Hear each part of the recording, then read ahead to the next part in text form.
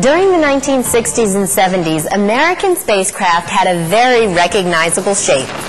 Large rockets with a small blunt body capsule on top. In fact, all of our early space vehicles, including Mercury, Gemini, and Apollo, were designed in a similar way.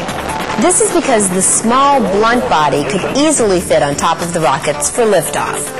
And when the spacecraft returned to Earth, that shape was well suited to safely re-enter the atmosphere. But by the early 1970s, NASA was changing its focus to include a reusable space transportation system, or space shuttle, to get crews and equipment into space. This new vehicle would remain NASA's workhorse for the next 2.5 decades. Although the space shuttle proved to be very successful in its missions into space, it was designed to only stay in low Earth orbit, not travel to the Moon or Mars. Because the vision for space exploration calls for humans to go back to the Moon and onto Mars, the blunt body shape will once again be used to achieve these new goals. The new vehicle is called the Crew Exploration Vehicle, or CEV, and the Crew Launch Vehicle, or CLV, may look similar to the spacecraft of the past, but these new designs are definitely cutting edge. To find out about these new vehicles, I spoke with Charlie Cockrell at NASA Langley Research Center. Well, the CEV and the CLV are actually two different types of vehicles. The CEV is actually the vehicle that's going to carry the crew to the International Space Station and onto the Moon, and also consists of what we call a service module, and that'll carry the fuel for the crew capsule to maneuver around in space. And it also has a launch abort system that will protect the crew during ascent after launch. The CLV, the rocket that we're going to mount the CEV to, and that will carry the CEV to Earth orbit. Initially, we're going to design the CLV using some components from the Space Shuttle fleet. There will be some new design efforts there. And then eventually, NASA is going to design what we're going to call a cargo launch vehicle, and that will take all of the other components into space that we need to get to the Moon.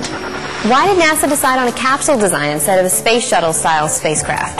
Well, the Space Shuttle was never designed to go to the Moon or to travel to other planets. It was designed only to go to Earth orbit.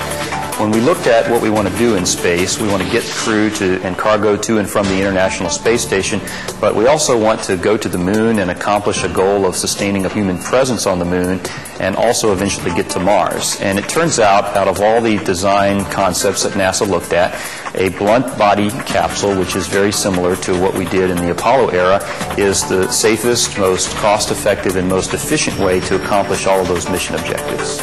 You mentioned Apollo. How will the CEV and CLV be different?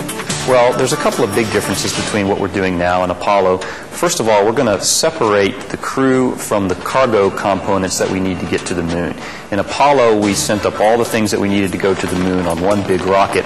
This time, we're going to send the crew into orbit in one launch, following sending the cargo up in one launch. So we're going to send the lunar lander and then all the systems that we need to get from Earth to the Moon.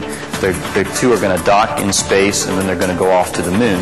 What that's going to do is it's going to give us better capability to get more payload to the Moon, and so we're going to enable longer stays on the Moon, and we're going to eventually accomplish our goal of building the capability to have a sustained human presence on the Moon. What are some of the new design elements in the CEV and CLV? Well, the CEV is going to have a couple of new design elements compared to what we did in Apollo.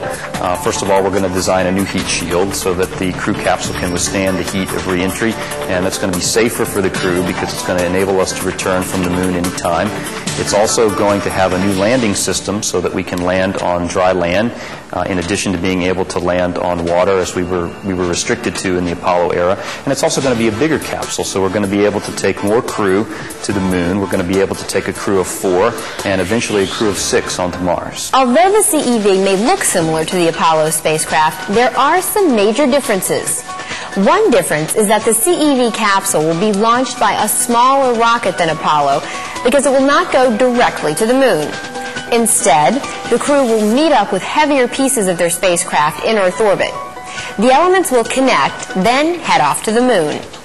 The separation of crew and cargo will allow NASA to send the components that will enable us to stay longer than we did during the Apollo program.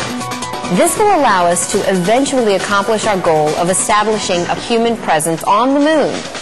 The CEV will also carry more fuel and have better computers than Apollo, allowing all 4 astronauts to go anywhere on the face of the moon while their spacecraft remains in lunar orbit in autopilot. And when CEV returns to Earth, it will most likely land on dry ground rather than land in the ocean like the Apollo capsules did. Will the same type of vehicle be used for future Mars missions? NASA tried to design a family of vehicles that we could accomplish all of our objectives in space. So we picked a shape for the crew exploration vehicle that we thought would be able to basically accomplish the mission of going to the moon and onto Mars. We'll utilize a building block approach. We will make some modifications to the design when it comes time to go onto Mars, and we'll incorporate some more advanced technology, but we'll keep the same basic design concept. So what are the first steps to achieve this vision? Well, the first step in the vision for space exploration is actually to continue flying the shuttle safely until around 2010.